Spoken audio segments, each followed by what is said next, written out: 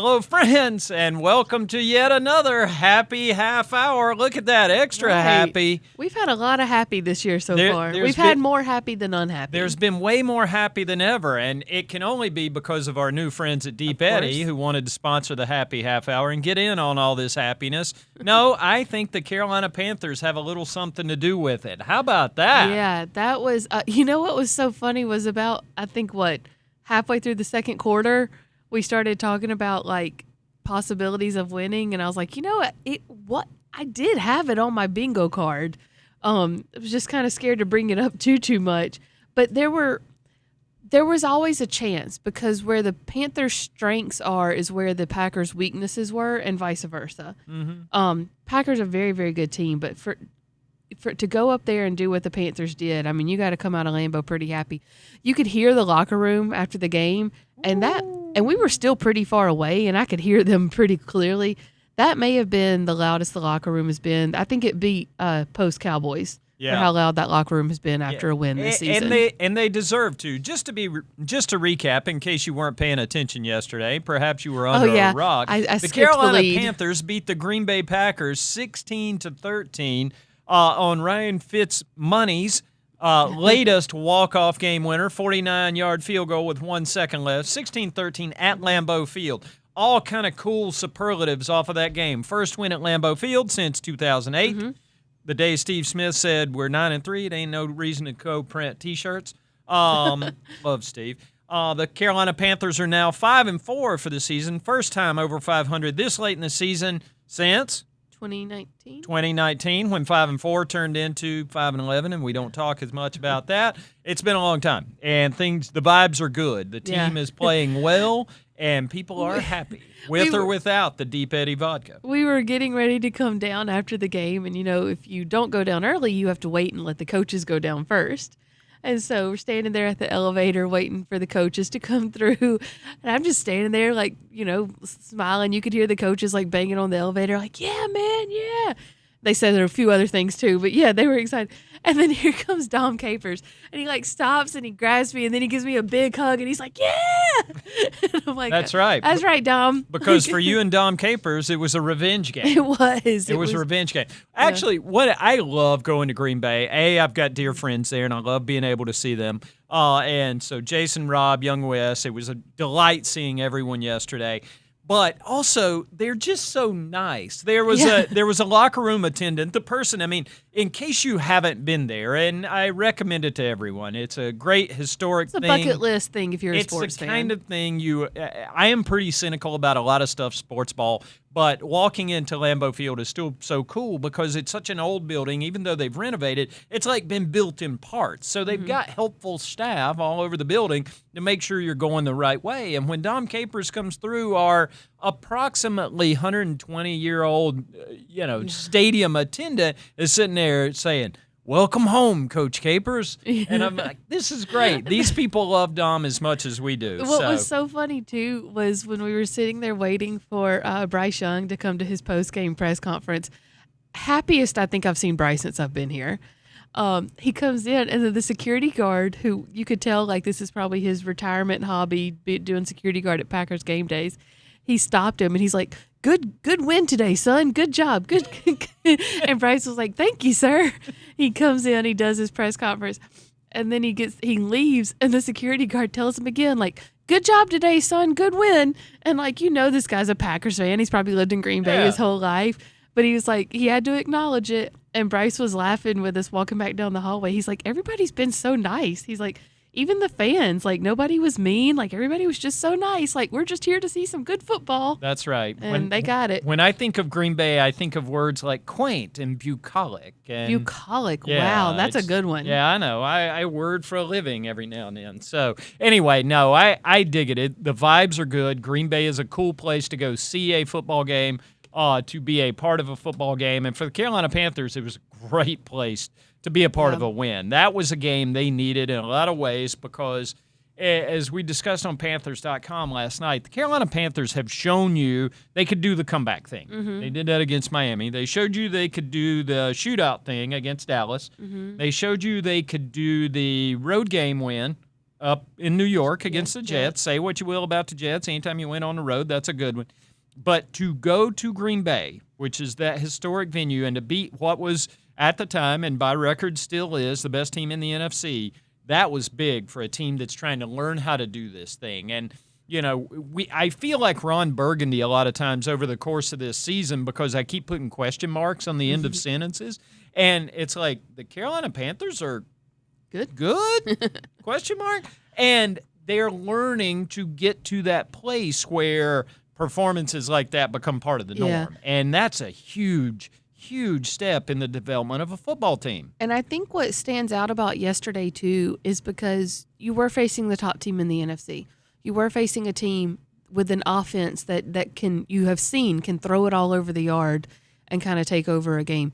You were facing a team with two of the best pass rushers in the NFC, quite possibly in the NFL.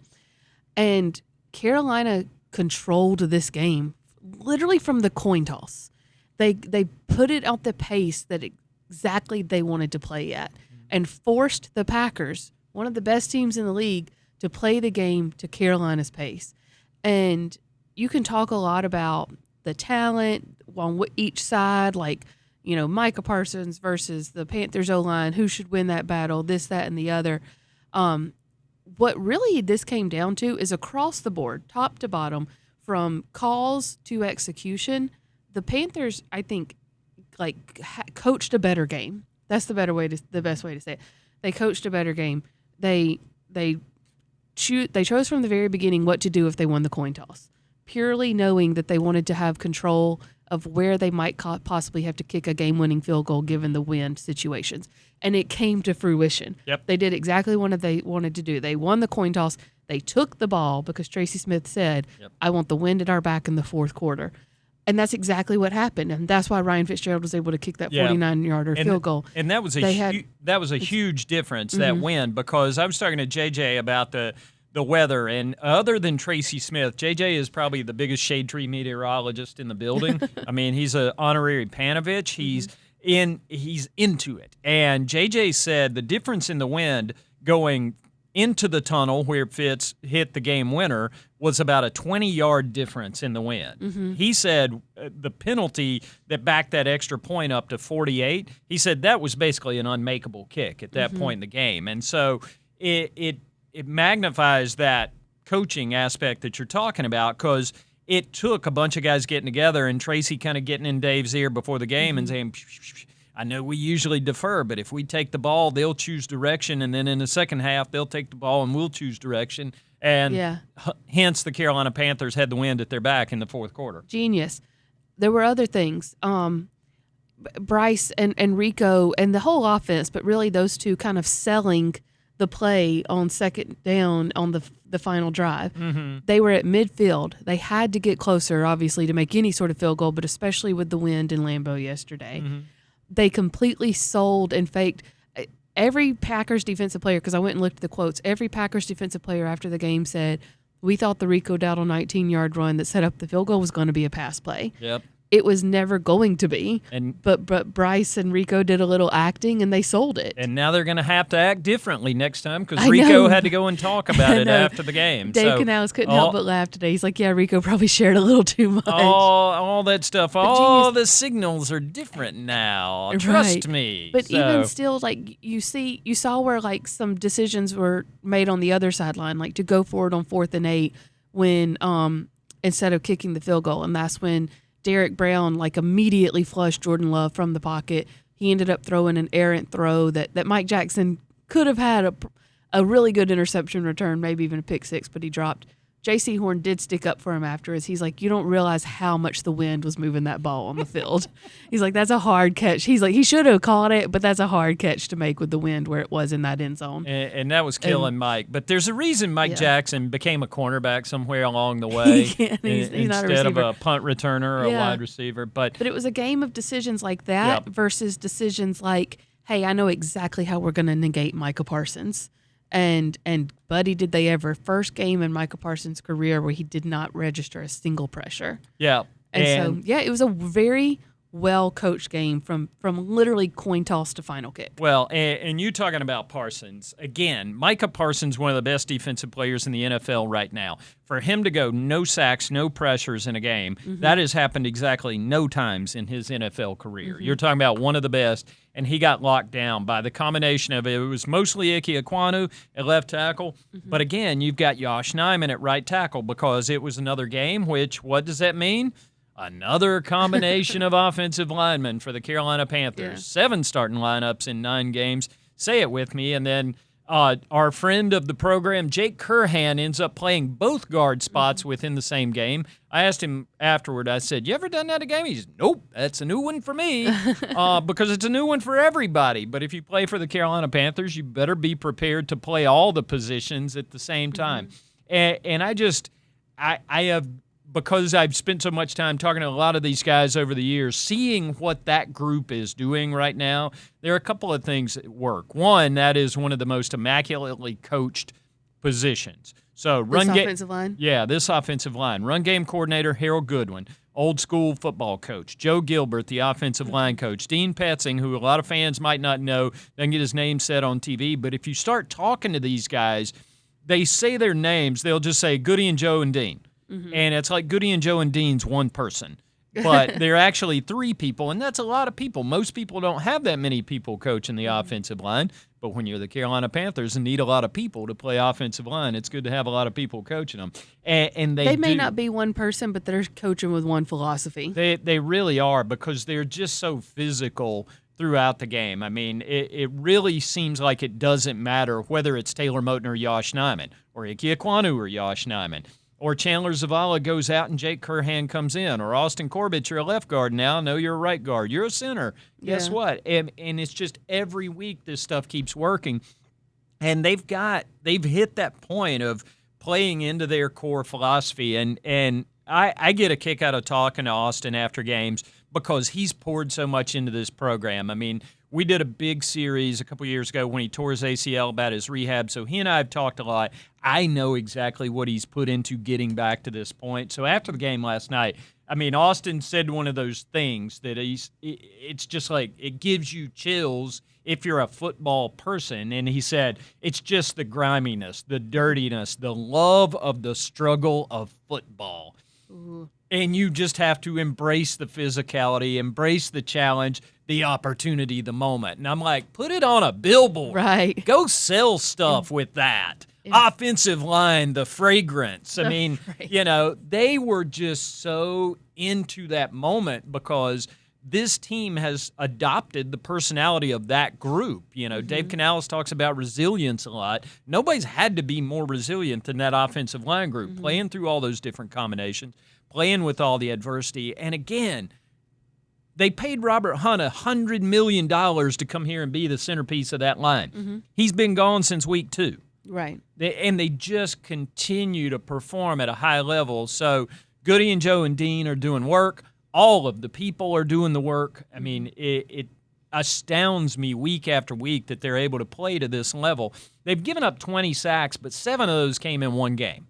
Yeah. So when you think about 13 sacks over 8 games, fewer than 2 a game. Yeah. They are doing only work, one yesterday. Running the ball. I mean, the reason Rico Dowdle is a star is because Rico Dowdle's pretty good at football. He ran for 1,000 last year in Dallas, but he's able to do it behind this collection of people, and that helps a lot too. I mean, to your point, the Packers pass rush was coming in between Parsons and Gary with the 14 sacks. And I was there. I was so close. You were mathing right there on the spot. You saw it, folks, live here on the Happy Half Hour. Cassidy G. Hill it takes me a minute. Doing math. I have to picture a blackboard in my mind, and then I have to picture my kindergarten teacher like writing it on there in chalk, and then I picture her doing the math problem. I don't know why my kindergarten teacher, she didn't teach me math, but yeah. What was your kindergarten teacher's name? Oh, goodness. I want to say Miss Brazel. Make something up. I think it was Miss Brazel, but I may have just made that up. Is that a thing only Cassidy Hill would know? My first grade teacher was Miss Bandy. My second grade teacher was Miss Nichols. My third grade teacher was Miss Smelly. My fourth grade teacher was Miss All right, sellers. I'll take your word for it, and I'm sure kindergarten was a long time ago. Okay, yeah, but that's who I picture. Longer for some of us than others. But anyway, I mean, the math was mathing for the Carolina Panthers. You mentioned Rico Dowdle. Yet another week, 130 yards rushing, 2 touchdowns, and maybe a little extra activity. Hey, you know what? We've gotten a lot. They won, so it's easy to laugh about it now. That's right.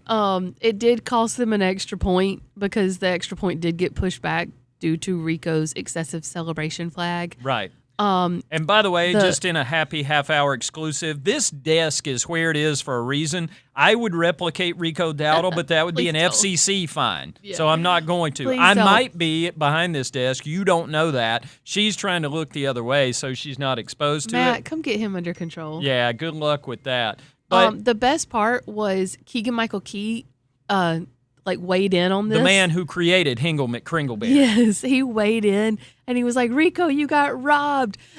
Here's the funniest part of this to me, because again, now that they've won, we can laugh about it. I think that the Keegan-Michael Key or the Key and Peele skit came out all those years ago, and people just assumed that was the law of the NFL.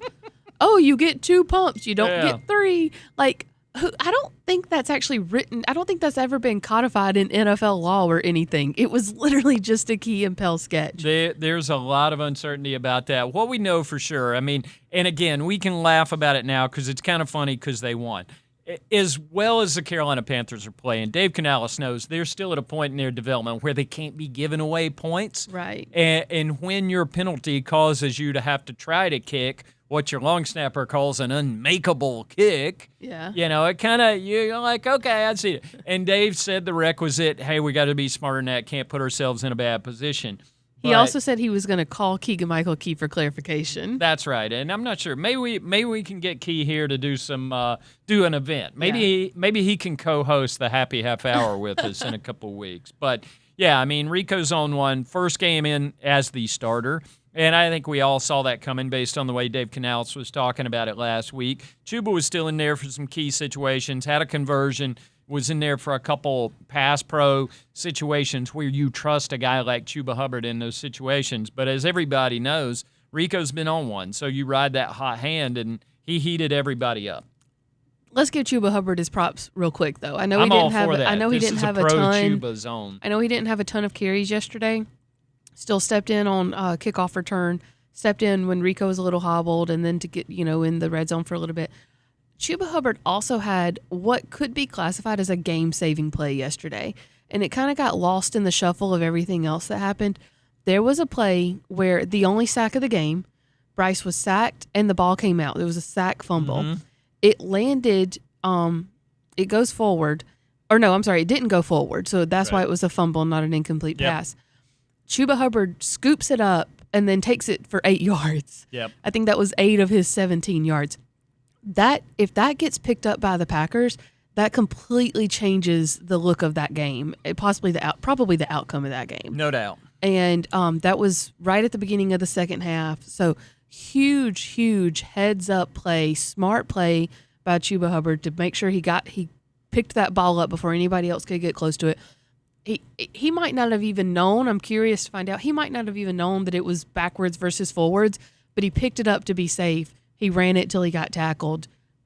Quite possibly a game-saving play in that situation. The ball is always safer in your hands than somebody else's. Yes. Or on the ground. Huge props to Chuba for that play. Yep, no doubt.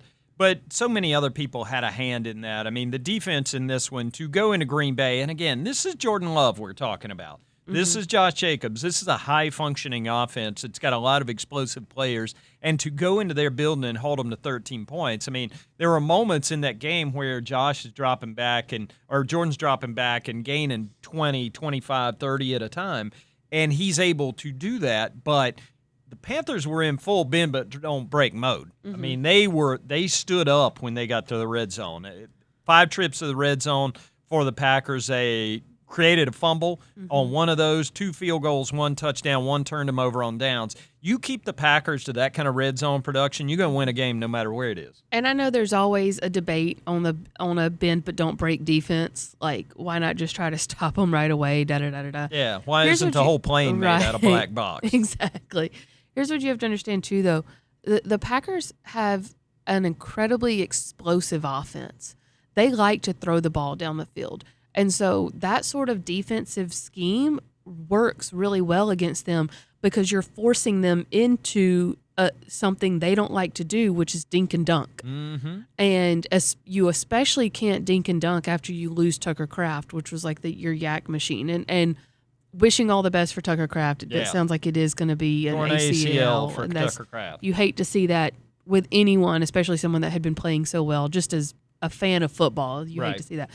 But especially when you lose Tucker Kraft, who I think only had like 2 targets before he went out anyways, when you don't have the ability to get that yak yardage, that's not an offense that can live and die, or that's not an offense that can survive a game dinking and dunking. They sort of live or die by their explosive plays, especially once they got Christian Watson back. And so to play that sort of defense and for Evero to kind of realize that and say, we're going to keep everything in front of us and we're going to force you, again, to play to the pace we want to play to, it worked. It worked really, really well. Yeah, it absolutely did. We have talked a lot about all the other people. I would like to spend a moment on the guy whose job happened in that last 1 second of that game. Ryan Fitzgerald he kind of cracks me up because he looks like the golf pro at your local muni. But what he's got is that hustler's vibe. I mean, he will straight up look at you and smile and look like somebody out of a black and white sitcom from the 1950s, but he is a baby-faced assassin. He is money. Yeah. And I could tell when I asked, even before we got to Fitz money in the locker room, Bryce, well, it might have been after, but Bryce Young, when I asked him about Fitzgerald after the game, I said, what did we learn about Fitzgerald today, Bryce? And Bryce just broke out into this devilish little grin. And I'm like, when Bryce is feeling it, when Bryce is picking up on that vibe, you know everybody in that room is confident in the kid, because for Bryce to kind of cock an eyebrow and be like, yeah, that's my guy right there, you can tell that what he's picking up or what he's putting down, they're picking up because everybody in that room's got a confidence in Ryan Fitzgerald right now. I asked J.C. Horn after the game, like, did you watch the kick or are you superstitious about stuff like that? And he admitted that usually he is superstitious and he doesn't watch if it's like a game-winning field goal or something like that. He said, usually I do look down, but I watched this time because he's made me a believer. Love that. Yeah. And he's just got this dead level vibe about him. And again, he looks like an undrafted rookie kicker from Florida State. I mean, he looks like somebody who could be working at a bank here in town or anything like that. He does not look like Jack Bauer. Right. He does not look like somebody who's coming to sneak into your house in the middle of the night and steal all your stuff. He is a baby face, but he's killing it. And I just love the fact that he's so regular about this. I mean, he's looking around. He's like, man, I never had this many people who want to come talk to me before. The only reason he even celebrates after a game, he's had 2 of them now through 9 games. In the last month. The only reason he celebrates is because Sam Martin picks him up and forces him to. That's right. He's just kind of like, yeah, okay, whatever, big deal. I mean, Jansen told me in the locker room after the game, he was like, listen, we all believe in our teammates. We all believe we're going to shut out the other side and score 30 points every game. But he said when the Packers were driving for the game-winning touchdown and eventually scoring it, he said he's just standing on the sidelines with Fitz, and they're talking, and he said he just kind of looks at me and he says, yep, looks like today is going to be a day for a game winner. Well, he was right. And he nailed it. Now, again, a lot went into that. You had to have the wind at your back. That depended on a decision made before the game. That depended on a little luck and winning that coin toss, because you know what the odds on a coin toss are? 50-50? There you go. She's mathing, ladies and gentlemen. So a lot of stuff went into it. But you know what? There's all kind of stuff going on all over the place. There's stuff happening here with the Happy Half Hour family. It's bigger by 1 this week. Yay! Congratulations to the Podcast Matt family. Welcome, the addition. I was kind of hoping that if it was a boy, you could have named him Happy Eddie in honor of the Happy Half Hour, sponsored by our friends at Deep Eddy Vodka. You didn't go that way, did you? I didn't, and that's also my middle name, so it would have worked great. It's a baby girl, isn't it? It is a baby girl. Murphy Lynn Hogan. My wife won't admit it, but I named her after one of my favorite movies, which is Interstellar. which is a movie about a daughter and a father. So, but my wife denies that. She just likes the name. That's super sweet. and look at that picture of baby girl. That's one of the most beautiful babies I've ever seen in my life. Thank you. You did good, Matt. You did good. Well, your wife did good. Your wife did good. Yeah. Now, let me ask you, Matt, did you guys know it was going to be girl? Yes. We are very impatient people. So we found out, we took a blood test, so we found out earlier than when you traditionally would find out. Oh, you paid that extra $100 to find out early. Absolutely. we had to know. That's my brother. My sister-in-law would be happy waiting to find out on delivery day, and my brother's like pulling out cash, telling the nurse, like, tell me now. That's me, and my wife's also a preparer, so she wanted to have clothes and nursery and all that stuff. Yeah. So, yeah. Yeah. Well, I'm a preparer too, and that runs counter to my belief. I mean, when my baby girl was born, and that will be 23 years ago tomorrow. Happy birthday, baby girl. I know you're watching because you do every week. But when baby girl was born, it was a complete mystery to me. That baby came out, and I didn't know what was coming, and so I had to adjust on the fly to being a girl dad, and that was super cool. Now, when the boy child was born 2 years later, I was gonna know.